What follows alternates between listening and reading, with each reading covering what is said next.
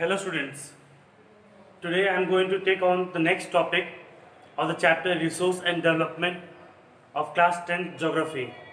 Today I will be focusing on two major topics, that is first development of resources, and the second one is, are resources really a gift of nature to be exploited by humans, or what should we do in order to protect and preserve the resources that we have for the future generations to come. The first topic that I am going to start today is development of resources. I have jotted down a few points for you. Take a screenshot. The first point that I have written is resources are vital for human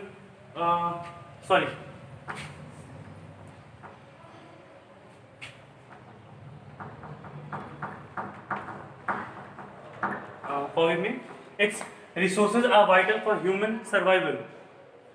We know that while we are trying to define what is a resource, we said कि anything that we get from the environment to fulfill our daily requirements. हर वो चीज़ जो हम प्रकृति से लेते हैं अपनी daily की ज़रूरतमंद चीज़ों को फुलफिल करने के लिए, उसको हम रिसोर्स कहते हैं. And yes, without resource you can't think of a human survival. किसी भी जीव का सर्वाइवल टफ हो जाता है without resources. But resources are not free gift of nature to be exploited. Resources जो हैं वो नेचर का कोई फ्री गिफ्ट नहीं है कि जब चाहे तब उसको इतना जितना चाहे उतना एक्सप्लॉइट कर दो. ओवर एक्सप्लॉइटेशन से रिसोर्स कम हो जाएगा, खत्म हो जाएगा और आगे के नेक्स्ट जनरेशन को चीज़ नहीं बचेगा. इसलिए हमको समझना पड़ेगा, यस रिसोर्सेज हम लोग को नेचर से मिलते हैं but it is not a free gift to be exploited. अगर हिंदी में बात करूँ तो एक कहावत है कि मुफ्त के है चंदन घसो रघुनंदन. मीन्स कि मुफ्त का चीज़ मिलता है तो हम लोग कभी नहीं सोचते, उसको फ्री फंड में यूज़ करते रहते हैं हम जितना चाहे उतना.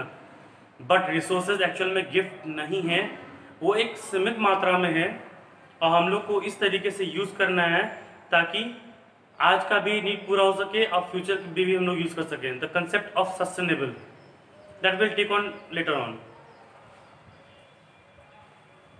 The indiscriminate use of resources has led to following points, जहाँ पे इनडिस्क्रिमिनेट मतलब एक जैसा नहीं, इनडिस्क्रिमिनेट यूज जो है रिसोर्सेज का क्या क्या साइड इफेक्ट्स है वो देखो. पहला क्या है, डेप्लीशन ऑफ रिसोर्सेज. डेफिनेटली अगर हम इनडिस्क्रिमिनेट करते हुए यूज़ करेंगे, अत्यधिक मात्रा में यूज़ करना स्टार्ट कर देंगे तो डेफिनेटली रिसोर्सेज की कमी हो जाएगी.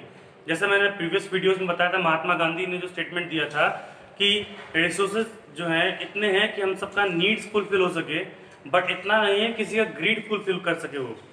अगर हम ग्रीड को ध्यान में रखते हैं तो डेप्लीशन तो 110% होगा ही होगा, बिकॉज इंसान के ग्रीड को सेटिस्फाई करना संभव है. जितना चाहेगा उतना और बढ़ाता है, एक्यूमुलेट करता चला जाएगा. ठीक है, इससे क्या होता है, रिसोर्स की कमी हो जाती है, ओवर एक्सप्लॉइटेशन होना स्टार्ट होता है और डेप्लीशन स्टार्ट हो जाता है. सेकेंड पॉइंट क्या है, accumulation of resources leading to rich and poor division in society. Definitely जो लोग अमीर होते हैं, जिनके पास ज़्यादा संसाधन होता है, वो रिसोर्सेज ज़्यादा इस्तेमाल करते हैं, उसको रिसोर्स को अपने यहाँ एक्यूमुलेट करना है, इकट्ठा करना स्टार्ट कर देते हैं. इससे क्या होता है, जो रिच सेक्शन सोसाइटी को प्रॉपरली रिसोर्स मिलता है, वो फुलफिल होता है, वो ग्रो करता है. बट पुअर सेक्शन है जिसको रिसोर्स प्रॉपरली नहीं मिल पाता, they have to struggle in order to get the hands on the resources. ऐसे में सोसाइटी में एक डिवीज़न क्रिएट हो जाता है पुअर और रिच के बीच में, और ये जो गैप है रिच एंड पुअर का वो बड़ा होता चला जाता है. That means over exploitation of resources also leads to accumulation of resources in few hands. ठीक है, बिकॉज जो रिसोर्स है वो इनडिस्क्रिमिनेट तरीके से यूज़ हो रहा है, प्रॉपरली यूनिफॉर्म जुडिशियस रूप से यूज़ नहीं हो रहा है. थर्ड क्या है, over exploitation of resources leading to ecological crisis like ozone layer depletion, pollution, drought etcetera. Definitely resources का हम बहुत ज़्यादा एक्सेस यूज़ करेंगे तो उसका ज़्यादा एक्सट्रैक्शन करेंगे फ्रॉम एनवायरनमेंट, और जब भी हम एक्सट्रैक्ट करेंगे तो उस पर्टिकुलर एरिया का इकोलॉजी को हम डिस्टर्ब कर देंगे. फॉर एन एग्जाम्पल समझाने के लिए मैं बोलता हूँ, बात करते हैं माइनिंग का, कोल माइनिंग. जहाँ पे भी कोल माइनिंग होता है, जहाँ पे माइनिंग साइट होता है, वहाँ का पूरा वेजिटेशन, वहाँ का पूरा एरिया का जो वेजिटेशन होता है टोटली डिस्ट्रॉयड हो जाता है. वेजिटेशन नहीं रह पाता बिकॉज माइनिंग का ग्राउंड वाटर लेवल का इफेक्ट पड़ता है. ठीक है, ज़मीन खोखलापन की तरफ बढ़ता है, this you can see very much frequent in some areas of Jharkhand, Orissa, जहाँ पे चीज़ हो रहा है। थर्ड चीज़ क्या है, हम रिसोर्स को बहुत ज़्यादा यूटिलाइज करेंगे। For example burning of fossil fuels, excess use of fossil fuels, तो क्या करता है, ओजोन लेयर को डिस्टर्ब करेगा। CFC जो होता है ओजोन लेयर में छेद कर देता है, there is a depletion in the ozone layer. इसके अलावा देन वी हैव पॉल्यूशन, बहुत ज़्यादा पॉल्यूशन करता है। It can be in the form of land pollution, it can be in the form of water pollution, it can be in the form of air pollution. हर जगह जो access exploitation of resource होते हैं वो pollution को lead करते हैं, pollution का एक मुख्य कारण भी बनते हैं। इस तरह में क्या चाहिए कि हम लोग ओवर एक्सप्लॉइट ना करें रिसोर्स को हम लोग जुडिशियस तरीके से यूज़ करें। For that we need to adopt to judicious use of resources in order to protect and preserve it for future generation।